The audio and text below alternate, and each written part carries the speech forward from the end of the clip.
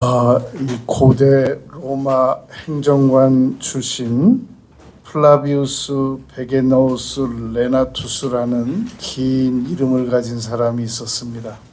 이 사람은 평화를 원하거든 전쟁을 하라 이런 주장을 했습니다. 그러나 로마는 결국 무너졌고 이 사람이 군사서에서 했던 이 말은 유명무실하게 됐습니다. 지금 세계 곳곳에서는 전쟁을 하고 있는데 전쟁에 대한 그 발발 핵심 이유가 두려움 때문이다라고 밝혀지고 있습니다. 믿음을 가지고 두렵지 않으면 전쟁을 할 이유가 없다는 겁니다. 강한데 무엇이 두려워서 전쟁을 하느냐? 강한 사람은 강한 대로 두려워하고 약한 사람은 약한 대로 두려워해서 전쟁을 하게 되고 있다는 것입니다. 우리는 전 세계에서 일어나는 전쟁을 보면서 우리 내면적으로는 어떤 두려움을 가지고 있는가? 이 부분도 살펴봐야 하겠습니다. 오늘 우리는 이 두려움을 어떻게 극복할 것인지에 대하여 5가지를 생각하려고 합니다. 우리가 첫 번째로 기억할 것은 두려움이라고 하는 것은 이 의지적으로 먼저 우리가 극복을 하려고 노력을 먼저 해야 된다는 겁니다. 우리는 두려움은 환경으로부터 다가오지 않았으면 좋겠다. 그래서 나는 아무런 걱정할 일도 없었으면 좋겠다. 이렇게 생각을 하는데 우리가 세상을 억만 년을 살아도 그런 일은 없습니다. 그래서 첫 번째로 우리가 생각해야 될 것이 바로 두려움은 의지로 먼저 극복을 해야 된다는 겁니다. 우리가 신앙인인데 왜 기도로 먼저 극복을 하지 않고 의지로 먼저 극복을 해야 되느냐?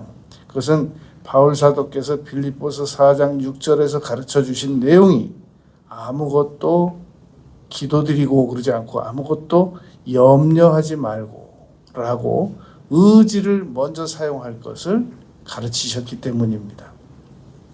우리가 이 어떠한 의지, 무조건 아무 근거도 없이 또 의지만 내세우면 안 되기 때문에 어떤 의지를 가져야 하느냐, 두려움을 극복하기 위해서 제가 그걸 지난 주간에 수십 권의 책을 참고하면서 그 중에서 꼭 기억할 만한 것들을 몇 가지를 골라봤습니다.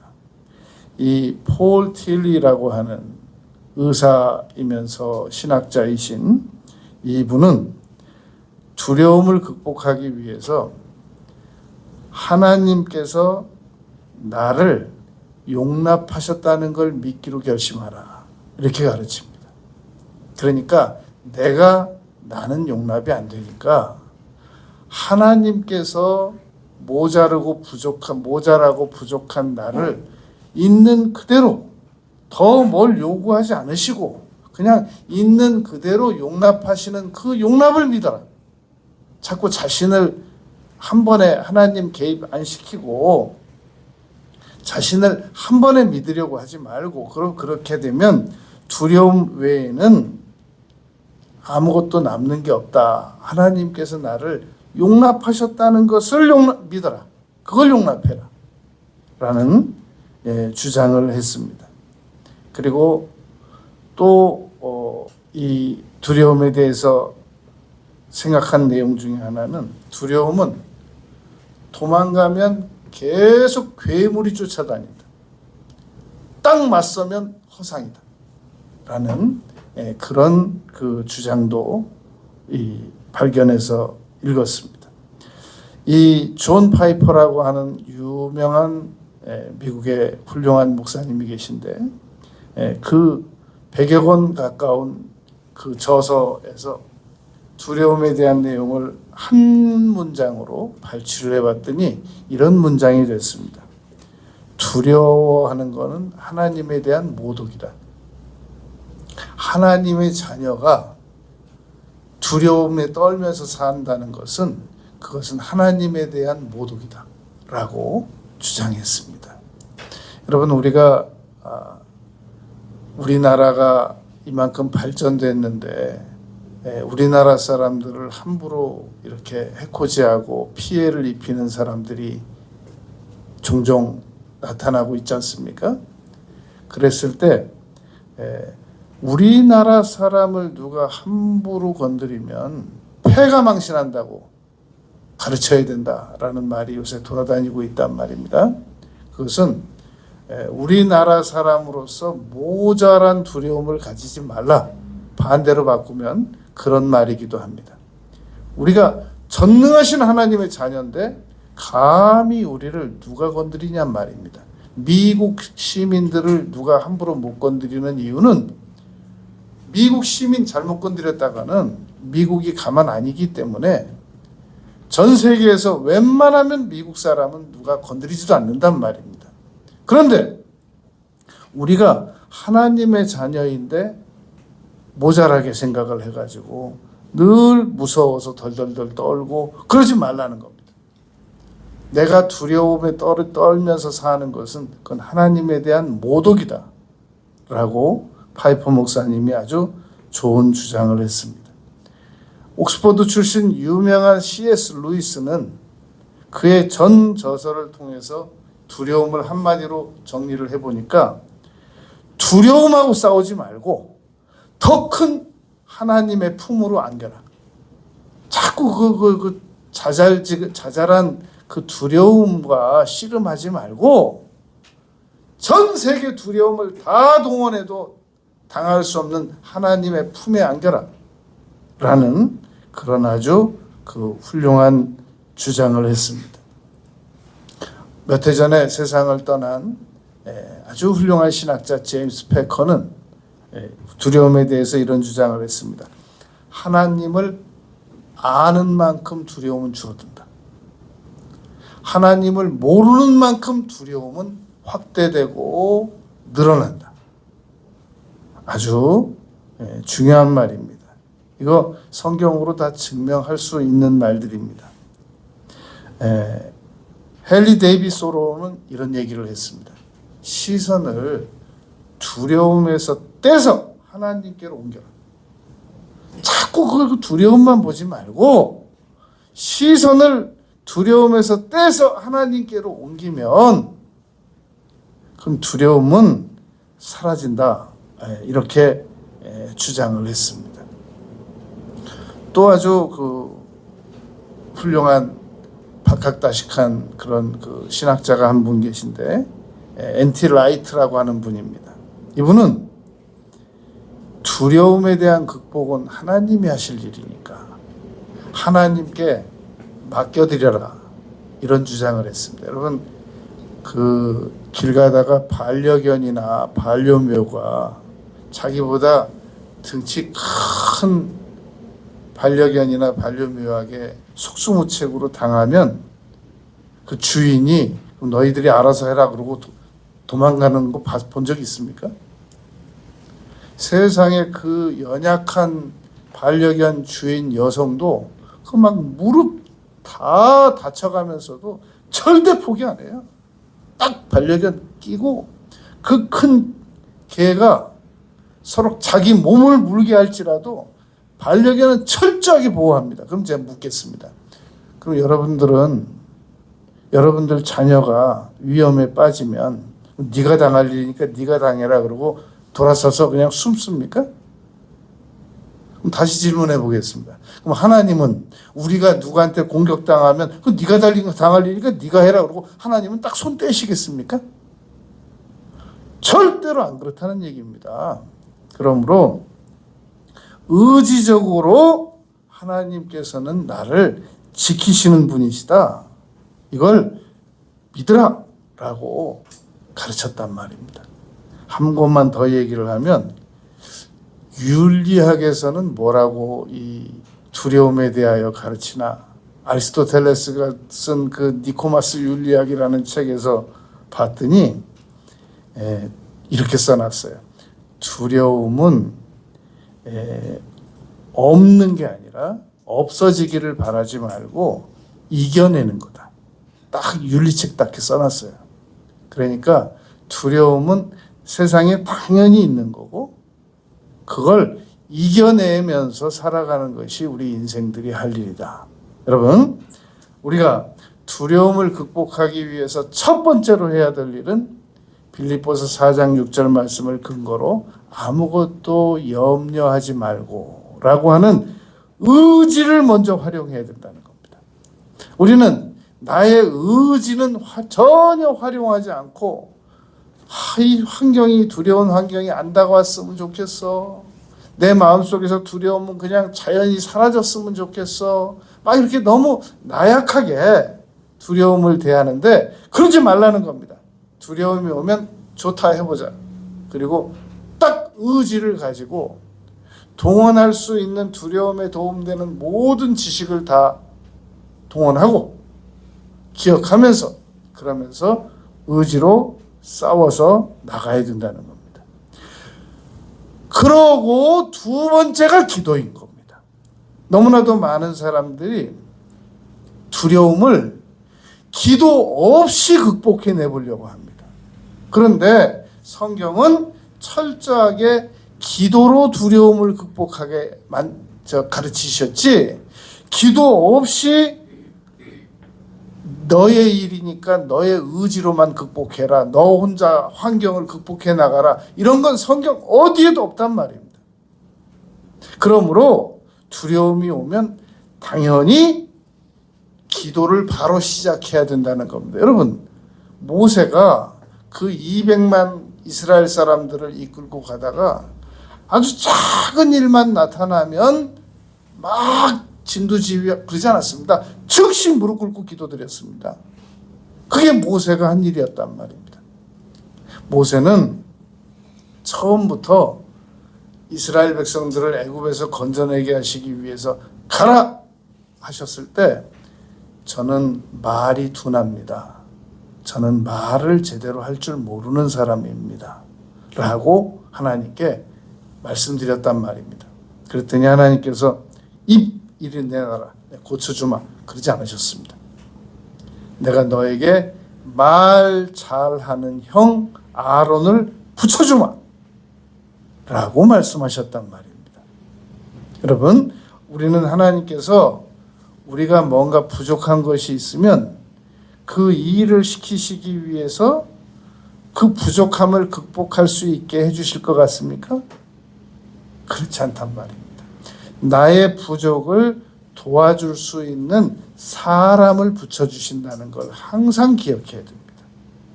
그래서 우리가 해야 될 일이 항상 나에게 없는 그 장점을 가진 사람들을 항상 존중해 버릇해야 된단 말입니다. 귀하게 여기고 실패하는 사람들처럼 지금 하는 일 우습게 알고 지금 내 옆에 있는 사람들 우습게 알고 지금의 이 시간 우습게 알고 그러지 말고 내가 이게 이렇게 부족할 것 같으면 하나님은 왜 나한테 이 능력을 더 안 주셔가지고 나를 이렇게 무능력하게 만드시는 거야. 그러면서 왜 나한테 이런 일을 또 하기는 바라시는 거야. 그러면서 막 화내고 짜증내지 말고 항상 예비하시는 하나님이심으로 내가 이 일이 부족할 이런 능력이 부족할 때는 하나님께서 누구를 예비하셨나. 그래서 주변에 있는 사람들에게 공손하게 도와주시겠습니까? 저를 도와주시면 감사하겠습니다. 그래 버릇해야 된단 말입니다. 그런데 그걸 기도드리면서 그렇게 해야 된단 말입니다. 아무것도 염려하지 말고 모든 일에 기도와 이건 기도로 하고 이건 다른 나의 능력으로 하고가 아니라 모든 일에 기도와 라고 말씀하셨단 말입니다. 그러므로 언제든지 두려움이 다가오면 시편 34편 4절 하나님 두렵습니다. 두렵습니다. 두렵습니다. 두렵습니다. 이 두려움에서 저를 건져주세요. 건져주세요. 건져주세요.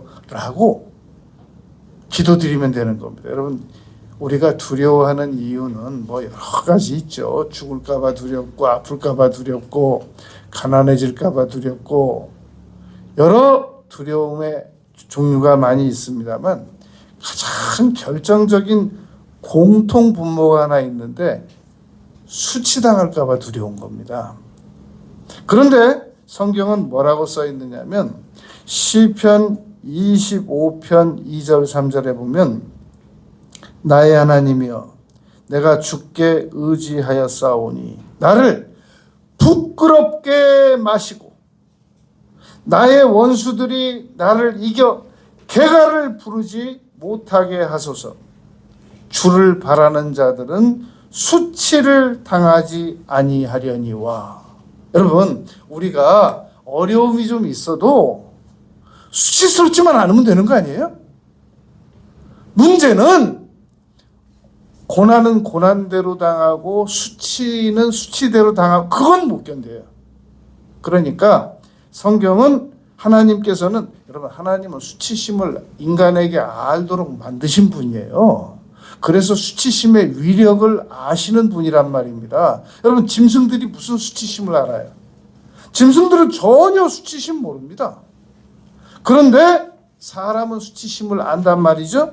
그러니까 인간이 두려워하는 것 중에 가장 결정적으로 두려워하는 것은 내가 수치스러워질까 봐. 그러면 도저히 얼굴을 들고 살 수가 없으니까 우리가 두려워한단 말입니다. 근데 하나님이 그걸 아신단 말입니다. 그러므로 우리가 두려울 때 나의 힘으로 그걸 극복해 보려고 하다 보니까 이게 오히려 더 상황이 종료가 안 되고 복잡해지고 점점 더 수치스러운 수렁으로 끌려가게 된단 말입니다. 조금만 수치스러울 것 같으면 두려움을 가지고 하나님 건져주세요.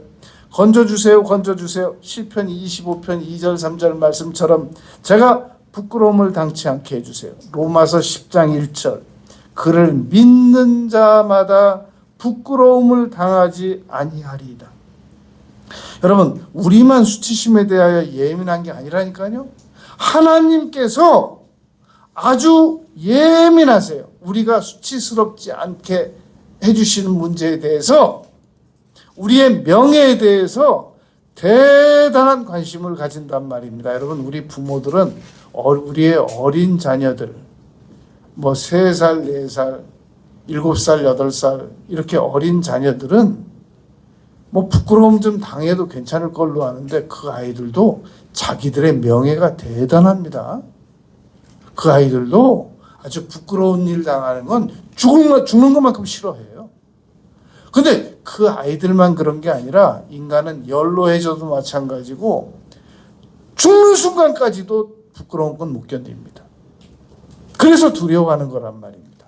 그런데 기도드리면 하나님께서 그 두려움에서 부끄러움에서 우리를 건져주신단 말입니다. 이사야서 49장 23절 나를 바라는 자는 수치를 당치 아니하리라. 그러니까 여러분 언제든지 인간은 밥도 먹어야 살지만 옷도 입어야 살지만 명예로워야 살 수 있는 거거든요. 수치스러움을 당하면 밥을 먹어도 체합니다. 살로도 안 가고. 그러니까 언제든지 우리 집은요 수치스러울 일은 절대 없어요. 우리 집은 대대로 명예로운 집입니다. 그 사람 한번 두고 보세요. 인간은 살다 보면 반드시 어떤 형태로든지 수치스러울 일이 다가옵니다. 자기 발로 걸어 들어가든지 누가 수치스럽게 이끌어내든지 반드시 어떤 사람도 성경 아브라함부터 사도 요한까지 단 한 사람도 이 세상에서 수치를 당하지 않고 두려워하지 않은 사람들은 없단 말입니다. 여러분 우리가 세 번째로 이 두려움에서 빠져나올 수 있는 방법은 믿음으로 맡겨드리는 겁니다. 하나님께 이 두려움을 주님께 맡겨드립니다. 우리가 성경에서 맡기라라는 말이 4구절이 있고요. 내 짐을 맡기라라는 말이 한 구절이 있고요. 그리고 내가 너의 짐을 벗겨내리라 라는 구절이 한 구절이 있습니다. 시편 55편 22절에 보면 내 짐을 여호와께 맡기라. 여러분, 만약에 우리 자녀들이 부모에게 도움을 요청 전혀 안 하고 무거운 짐을 끙끙거리면서 계속 지고 다니면 좋겠습니까? 여러분들은 행복하시겠습니까? 네 일이니까 당연히 네가 해야지. 그럼 의지의 한국인처럼 그렇게 살아. 그러시겠습니까? 세상에 자기 자녀가 힘든 것처럼 그거 보는 부모의 마음이 편하지 않은 사람은 없는 겁니다. 제가 오래전에 어떤 집사님이 저한테 그 자기 자녀에 대해서 말하는 걸 들었는데 얼마나 그 상황이 지금도 생생한지, 도대체 무슨 얘기 때문에 그 얘기를 하게 됐는지 그건 기억이 안 나요. 그리고 전혀 다른 앞뒤 맥락도 생각이 안 나요. 딱 하나 기억나요. 내가 들어보니까 별일도 아니던데. 근데 그 집사님이 이래요. 제 마음이 찢어지는 것 같습니다. 그게 제가 지금도 기억이 나요. 잊혀지질 않아요. 내가 들어보니까 그건 가슴 찢어질 일이 아니에요. 그런데도 부모는 자기 자녀가 아주 작은 어려움만 당하면 그걸 막 못 견뎌해요. 그리고 막 가슴이 찢어진다고 그래요. 그럼 내가 물어보겠습니다. 하나님은, 우리는 가슴 찢어지고 하나님은 우리가 어떤 어려움을 당하면 네가 당해. 네가 저지른 일이잖아. 그렇게만 생각하시겠냔 말입니다. 하나님께서 그렇게 사랑이 없으시겠느냔 말입니다. 그래서 요한일서 4장 18절에서 사랑 안에 두려움이 없고라는 말씀은 하나님의 사랑을 믿어지면 두렵지 않다는 거예요. 하나님의 사랑이 안 믿어진다는 겁니다. 하나님께서는 나의 고난에 대하여 무슨 관심이 있으시겠어? 그냥 내가 저지른 일이니까 내가 당하라고 생각하시겠지. 안 믿어지는 거예요. 그런데 하나님께서는 비록 내가 저지른 일이라도 하나님께서는 나의 고통을 불쌍히 여기시고 내가 수치스러워지고 내가 낮아지는 것을 결코 원치 않으시는 분이시야. 나는 그 사랑을 믿어! 그러면 두려움은 사라진단 말입니다. 왜 두려움이 시작되느냐? 나의 고민은, 나의 고난은, 나의 수치는 내 일이고 하나님께서는 그거 그냥 관망만 하실 것이다 라고 생각을 하니까 두려운 거란 말입니다. 내 문제는 내가 해결해야 되니까. 짐을 하나님께서 하나도 안 맡아주실 거라고 생각하고 기대하니까 어떻게 안 두렵겠어요? 당연히 두려워야죠. 그래서 하나님께서는 잠언 16장 3절에서는 너의 행사를 여호와께 맡기라. 베드로전서 5장 7절에서는 너의 길을 여호와께 맡기라. 염려를 다 주께 맡기라. 시편 37편 5절에서는 너의 길을 맡겨라. 그리고 시편 81편 6절에서는 내가 그의 어깨에서 짐을 벗기고, 여러분 제가 이 구절 설명하면서 이렇게 예를 들어드렸었잖아요. 내가 지금까지 학교에서 끝나가지고 집에 가는 그 어린 아이들 책가방을 자기가 그대로 지고 가는 애들 몇 명 못 봤어요. 항상 옆에 가는 엄마가 대신 들어줬죠. 아빠나 엄마가 그 책가방 별로 무겁지도 않아요. 꼭 들어줘요.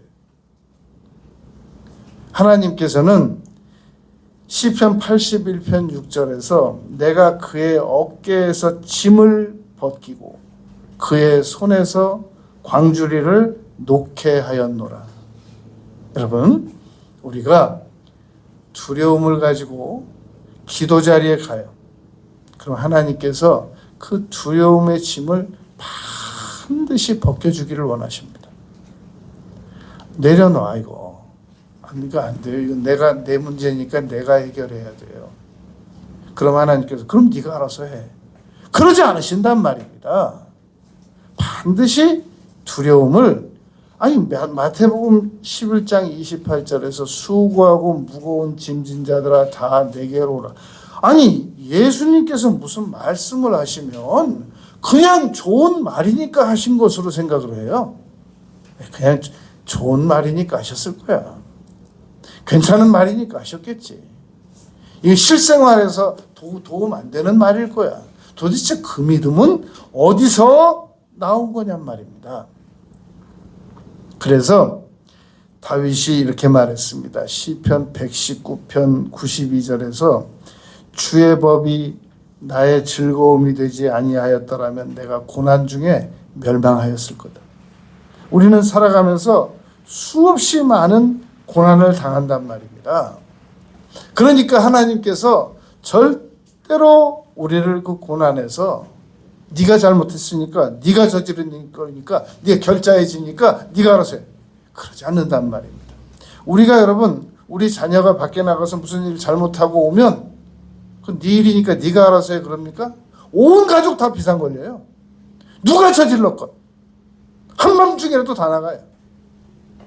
근데 하나님은 우리가 그냥 잘못했으면 그건 네가 했으니까 네가 해결을 해 라고 그렇게 냉정하시게 일을 처리하시겠느냐 말입니다. 절대 하나님께서 그럴 것 같으면 대신 십자가에서 죽어주질 않으시죠. 우리 냉정한 부모가 아니라 정말로 자식을 위해서 목숨을 바칠 수 있는 부모보다 하나님은 더 사랑이 많으시단 말입니다. 그걸 믿어야 됩니다. 그게 믿어져야 됩니다. 우리가 고난을 극복할 수 있는 방법이 첫째가 의지적으로 내가 이 두려움에서 빠져나올 수 있는 그 위안이 되는 방법을 항상 기억을 해둬야 됩니다. 여러분 이 루즈벨트 대통령은 항상 고민이 있을 때마다 링컨 사진을 봤대요. 그러면서 루즈벨트 대통령이 하나님 믿는 분이잖아요. 기도도 하시고. 그런데도 항상 국가적으로 어려운 일이 있을 때는 항상 링컨 사진을 보면서 그런 생각을 했답니다. 이런 상황에서 링컨은 어떤 생각을 하실까? 항상 그렇게 생각해 버릇했다는 겁니다. 그러니까 우리보다 앞선 세상을 살면서 그분들도 많은 두려움의 고뇌를 다 거치고 떠나신 분이거든요. 그러니까 두려움에 도움이 되는 내용들은 의지적으로 잘 기억을 해뒀다가 생각하는 것이 두려움 극복에 많은 도움이 됩니다. 그리고 두 번째로 기도드리고 그리고 세 번째로 믿는 겁니다. 그 믿는데 뭘 믿냔 말이죠. 여러분 믿음에 대해서는 언제나 하나님의 말씀을 믿어야지 세상 정보 이런 거 그건 수시로 다 흘러 떠내려가는 거거든요. 언제 변할지 모릅니다. 그래서 바울 사도께서 사도행전 20장 32절에서 예루살렘 올라가기 전에 에베소 장로들을 다 불러 모아놓고 이렇게 말했습니다. 내가 여러분을 주와 및 그의 은혜의 말씀께 부탁하노니 그 말씀이 여러분들을 능히 든든히 세울 것이다. 여러분 두려움을 극복할 수 있는 말씀을 믿어야 됩니다. 네 번째로 여러분 두려움을 극복하기 위해서는 입으로 시인해야 됩니다. 잘 생각해 보시겠습니까? 사무엘상 17장에 보면 그 어린 다윗이 청소년 나이밖에 안 되는 다윗이 그 형들 전쟁터에 나가 있고 그러니까 아버지 심부름으로 천부장에게도 먹을 걸 좀 갖다 드리고 그때는 전부 민병대들이 모여서 전투를 하는 것이기 때문에 식량도 국가에서 안 줬단 말입니다. 다 자급자족해서 집에서 갖다 먹고 나가 싸우고 그럴 때란 말입니다. 그러니까 하나님께서 그 골리앗 블레셋의 골리앗 3m가 넘는 사람을 이제 대표로 내세우고 이스라엘군은 사울 왕부터 시작해서 다 모였는데 털털털 떨고 있는 거예요. 왜냐하면 골리앗이 너무 장대하고 막 목소리도 엄청나게 크고. 지금도 큰 기업을 이야기하고 아주 작은 중소기업을 얘기하면 다윗과 골리앗이라고 상징적으로 예를 들잖아요. 그때 그랬단 말입니다. 가봤더니 왕도 떨고 있고 국방부 장관도 떨고 있고 모든 군사들도 다 떨고 있어요. 그리고 골리앗은 막 금방이라도 덮칠 것처럼 막 큰 소리로 누구든지 대표 한 명만 내보내라 막 위협하고 겁주고 있어요. 다윗이 이렇게 말했습니다. 너는 칼과 단창으로 내게 오거니와 나는 만군의 여호와 이름 곧 내가 모욕하는 이스라엘 군대의 하나님의 이름으로 내게 가노라. 오늘 여호와께서 너를 내 손에 붙이실 건데 내가 너를 쳐서 너의 머리를 베고, 이거 지금 청소년 같은 어린 다윗이 3m가 넘는 골리앗에게 지금 하는 말이에요. 블레셋 군대 뒤에서 다 듣고 있고 이스라엘 군대 사울 왕부터 다 듣고 있어요. 도시락 싸들고 와가지고 천부장 주고 형님들 주고 돌아가려고 했던 다윗이 나무떼기 하나 들고, 그리고 그때 그 들판에서 막 짐승들 양 훔쳐가는 짐승들 오면 돌멩이를 멀리서 던져가지고 쫓았단 말입니다. 물맷돌 5개 딱 주머니에 넣고. 그런 다윗이 지금 이야기하는 겁니다. 내가 너의 머리를 벨 거고 블레셋 군대의 시체로 오늘날 공중의 새와 땅의 들짐승에게 주어 온 땅으로 이스라엘의 하나님이 계신 줄을 알게 하겠고 또 여호와의 구원하심이 칼과 단창에 있지 아니함을 내가 이 무리로 하여금 알게 할 것이고 전쟁은 여호와께 속했다는 것을 분명히 알게 할 것이다. 입으로 싸워 이겼다니까요. 마가복음 11장 23절 말씀입니다. 이산더러 들려 명하여 저 바다에 던져지라 하고 그 말한 것을 의심하지 않고 믿으면 그대로 되리라. 여러분, 살아가다가 두려움이라고 하는 이 허상의 상황이 나타나면 기도 자리에 앉아서 하나님 무서워요, 무서워서 진짜 죽겠어요 그러지 말고 꾸짖으세요. 명령을 하란 말입니다. 나에게 두려움이라고 하는 허상으로 다가온 너 배후의 세력아, 원수 세력아, 내가 예수 그리스도 이름으로 명하노니 떠나갈지어다. 계속 명령하는 겁니다. 여러분, 골리앗을 3m짜리가 넘는 골리앗에게 명령하는 게 쉽겠어요? 기도실에서 명령하는 게 더 쉽겠어요? 기도실에서 명령하는 게 훨씬 더 쉽죠. 근데 왜 못하냔 말이죠. 우리는 입으로 시인해야 됩니다. 여러분, 제가 이번 주간에 창세기부터 계시록까지 이 두려워하는 사람들을 쭉 뽑아봤어요. 이거 7장이나 A4로 7장이나 나왔는데 우리가 시간이 부족해서 이건 내가 안 하려고 그러다가 이건 해야 되겠어요. 도저히 빠르게 안 지루하게 빠르게 얘기해 볼 테니까 한번 들어보세요. 아담, 창세기 3장 10절에 내가 두려워합니다. 가인, 내가 이 지면에서 쫓겨나서 나를 만나는 자마다 나를 죽일까 봐 두렵습니다. 아브라함, 당신은 살리고 나는 죽일 것 같아. 두려워. 그리고 이삭, 자기 또 부전자전이라고 아내한테 당신은 예뻐서 살리고 나는 죽일 것 같아. 야곱, 형이 나를 죽일 것 같아서 도망갑니다. 그리고 야곱은 얼마나 두려워했는지 이사야서에서 야곱 보고 두려워하지 말라, 내가 너와 함께함이라, 놀라지 말라, 나는 내 하나님이 됨이니라 9구절이나 써놨어요. 그게 다 야곱 두려워하지 말라고 써놓은 내용이란 말입니다. 요셉이 당신들은 나를 해하려 하였으나 얼마나 두려웠겠어요. 그 말 한마디에 다 들어가 있단 말입니다.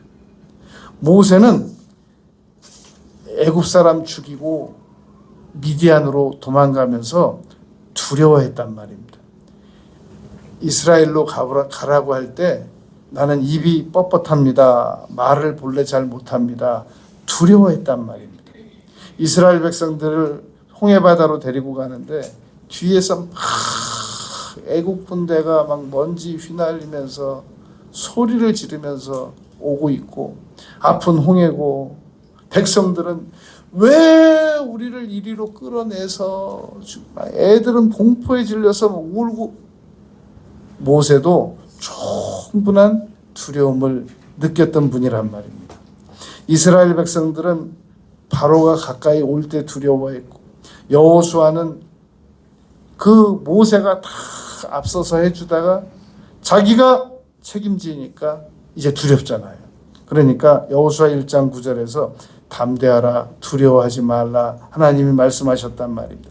기드온 사람들이 너무너무 그 미디안 사람들이 두려워서 숨었어요.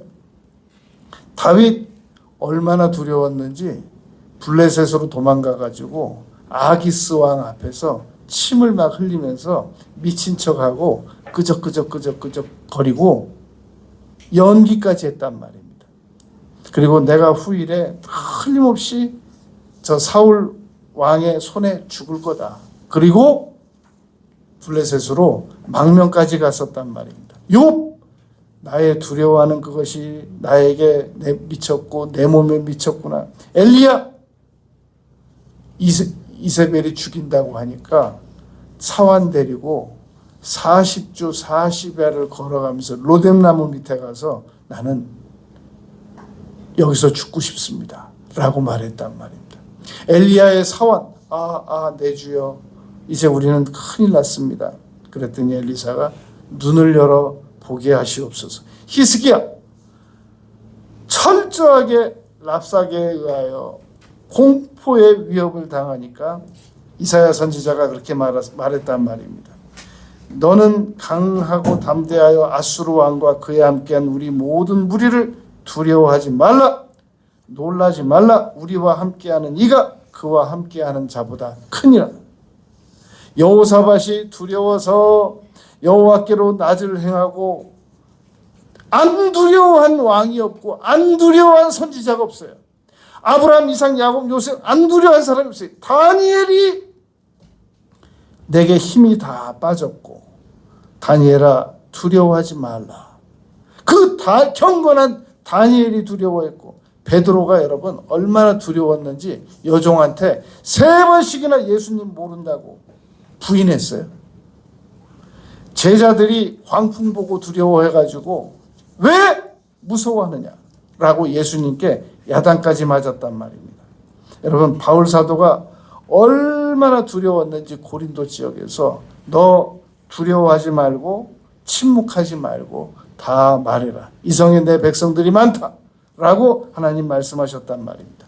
계시록 1장 17절 보면 사도 요한이 엎드러져 죽은 자 같이 되매 두려워했단 말입니다. 결정적으로 여러분 예수님께서 겟세마네 동산에서 내 마음이 심히 고민하여 죽게 되었으니라고 말씀하셨어요. 이 세상에 누가 안 두려워했냔 말입니다. 누구도 이 세상에 땅에 와서 발 딛고 사는 사람 치고는 단 한 사람도 두려워하지 않은 사람이 없단 말입니다. 그러니까 그 두려움은 극복할 때 의지 활용하고 기도하고 믿고 네 번째가 입으로 시인하는 거예요. 골리앗을 상대하는 것처럼 그렇게 입으로 내가 선언을 했는데 아무 일도 안 일어나면 나는 이제 어떻게 하라고 내가 함부로 말로 하느냐. 여러분 제가 1년에 한 번 정도 예를 들어드리잖아요. 아들이 통화를 하고 있었어요. 친구하고. 가만히 아버지가 들어보니까 아빠가 들어보니까 이런 내용이었습니다. 야, 우리 아빠 부자야. 다 데려와, 다 데려와. 우리 아빠가 다 우리 집에서 맛있는 거 해줄 거야. 그 아빠가 그 애한테 너 왜 아빠를 함부로 끌어들여가지고 아빠를 망신 주려고 그래? 그러지 않았단 말입니다. 아내에게 내 아들이 나를 믿고 저렇게 얘기하는데 당신 다 준비해서 절대 내 아들이 망신당하지 않게 해달라고 그랬단 말입니다. 여러분, 우리가 하나님을 믿고 입으로 선언하는데 그게 교만도 아니고 단지 하나님에 대한 명예를 높이고 내가 두려움에서 벗어나기 위해서 입으로 시인하는데 하나님께서 그건 네 일이야. 네가 알아서 해. 왜 나한테 물어보지도 않고 네가 그러니? 하나님께서 그러실 분이시겠느냐 말입니다. 도대체 그런 계산은 어디서 나온 계산이냔 말이죠. 하나님 결코 그러신 분이 아니란 말입니다. 요한일서 4장 18절에서 사랑 안에 두려움이 없다라는 말씀은 하나님의 그런 사랑을 믿으시란 말입니다. 절대로 하나님께서는 우리를 수치스럽게 내던져 놓고 무관심하고 그런 분이 아닌 겁니다. 그건 우리의 생각, 내 생각이 그런 거란 말입니다. 끝으로 여러분, 오늘 이 디모데에 대해서 바울 사도가 뭐라고 말씀하셨나 보자 말입니다. 디모데전서 후서 1장 7절 8절 말씀 보면 하나님이 우리에게 주신 것은 두려워하는 마음이 아니요. 왜 바울 사도께서 아들 디모데에게 이렇게 말씀을 하셨느냐? 디모데가 늘 마음이 예민해요. 그리고 항상 도망가고 싶어 하고, 그리고 자신이 없어 한단 말입니다. 위장병도 있고. 그러니까 바울 사도께서 디모데에게 디모데야, 하나님이 너와 나에게 주신 마음은 두려워하는 마음이 아니야. 지금 네가 마음속으로 늘 두려워하는 그 마음은 성령께서 주신 마음이 아니다. 라고 지금 가르치시는 거란 말입니다. 그러면서 오직 능력과 세 가지를 말해요. 능력과 사랑과 절제하는 마음을 하나님은 주셨어. 능력은 뭐냐? 너 권위를 사용해. 너 1장 6절에서는 은사를 사용하라는 말씀이었던 거예요. 그리고 5절에서는 너 네가 가지고 있는 믿음, 그거 어제 오늘 일이 아니야. 너의 외조모 때부터 흘러내려온 대대로 내려온 믿음이다. 너 겨자씨만한 믿음이 얼마나 대단한 역사를 이루는 줄 아니? 그 눈에 보이지 않는 그 겨자씨가 성장하면 3m가 넘어. 네 안에 그런 믿음이 있다고. 그러니까 두려워하는 마음을 그걸 믿지 말고 네가 네 안에 있는 믿음을 믿어. 그리고 능력 사용해. 사랑.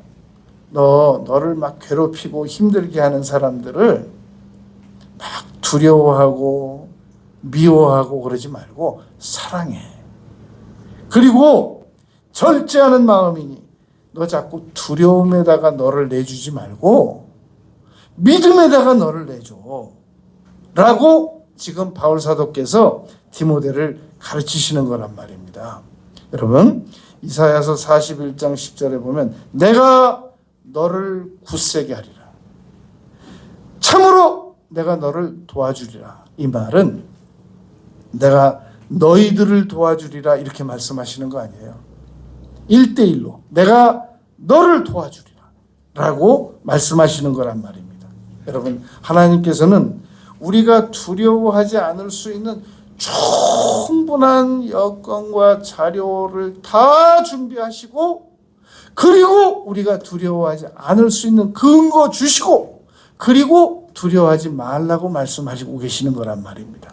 그런데 비해서 우리는 이 두려움을 극복해내고자 하는 의지가 너무 빈약하고 소극적이란 말입니다. 여러분, 결론적인 겁니다.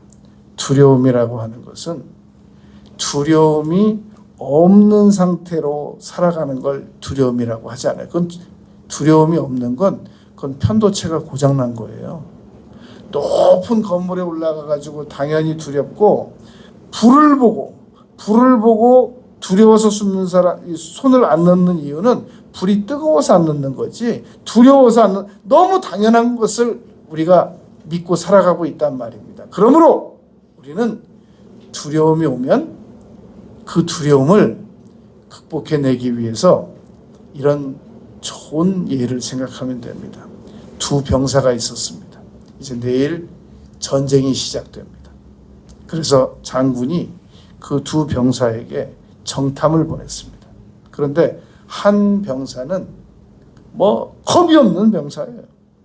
근데 한 병사는 너무 겁이 많고 진짜 막 바람에 나뭇잎만 스쳐도 덜덜 떠는 그런 병사란 말입니다. 그런데 두 명을 정탐을 보냈어요. 근데 막 자신 있게 다녀온 그 늠름한 병사는 걱정 없다고 아주 막 자신 있게 보고를 하는데 그 덜덜덜덜덜 떠는 그 병사는 갔다 와서 그러는 겁니다. 덜덜덜 떨면서 이렇고 저렇고 보고를 하는 겁니다. 장군이 말했습니다. 네가 진짜 훌륭한 병사다.